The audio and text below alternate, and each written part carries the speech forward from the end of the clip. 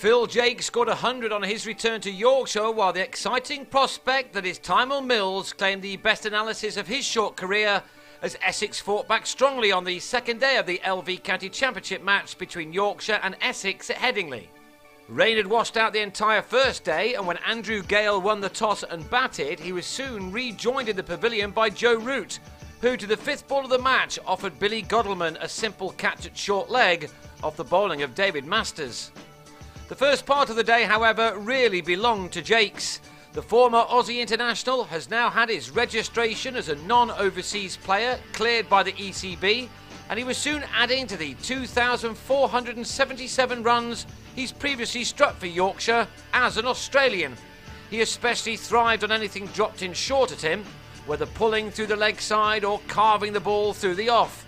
Yorkshire members will have been pleased to see him back.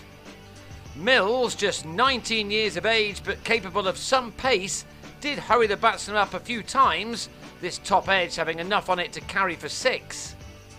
Jakes emphasised his real skills by dominating a second wicket partnership with Joe Sayers. This deft shot took him to his half century, made from just 66 balls with 8 fours and that top edge 6. Sayers also played his part in the stand worth 96. Watchful at first, he opened up as the morning progressed, pulling Maurice Chambers for a maximum, before driving the same bowler through the covers on his way to 32. Alas for him, he fell on the stroke of lunch as he failed to get his gloves out of the way of a leg side delivery from Mills, James Foster tidying up behind the stumps. While that unfortunate dismissal so close to the break would have disappointed Yorkshire, they showed no sign of it affecting them as they came out for the afternoon and soon started to bat themselves into a very strong position. Gale looked in fine fettle as the Essex bowlers occasionally dropped the ball in too short. Clearly on this wicket that isn't always the best thing to do. Jakes meanwhile was now relishing his innings, enjoying another substantial partnership with his new captain. Having struggled for runs for the most part in their first game against Kent, Yorkshire would have been delighted to see their returning star in such scintillating form. And what a return to the county it was, as he drove Chambers through the covers for his 18th four to go to a splendid 100 of only 135 deliveries. It was an innings filled with fine footwork and even finer shots, and he was rightly warmly applauded by the opposition.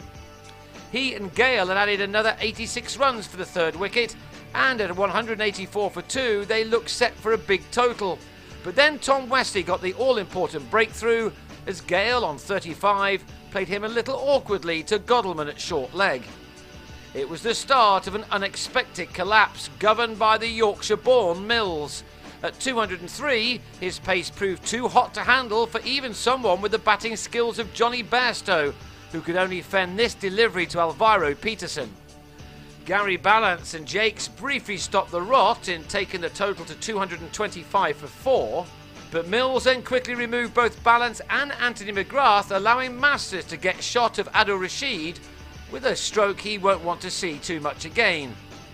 Jakes tried to keep going amongst the sudden collapse, but having made 126, he edged Chambers to Peterson as Yorkshire continued to slide.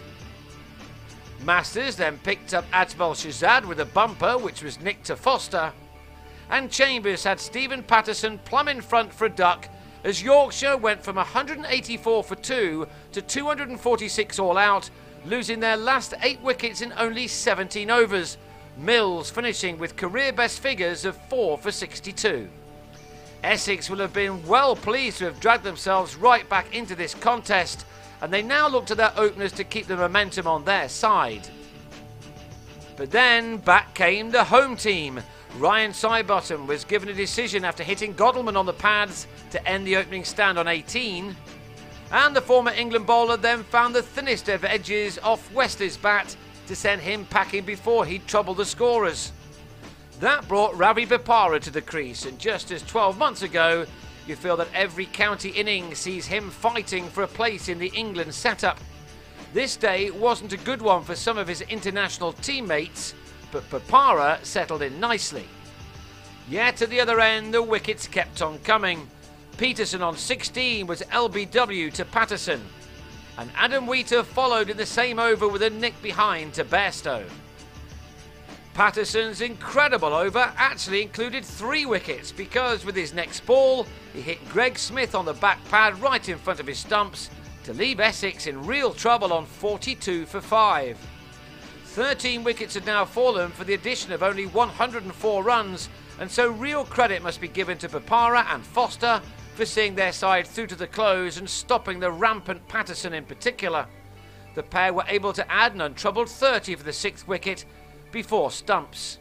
It was quite a day, making up a lot for the loss of the first one. Essex will now resume on the 3rd morning on 72 for 5 with Bopara on 26 after an hour and a half at the crease. He needs to bat for some while longer though, with his side still trailing by 174 runs.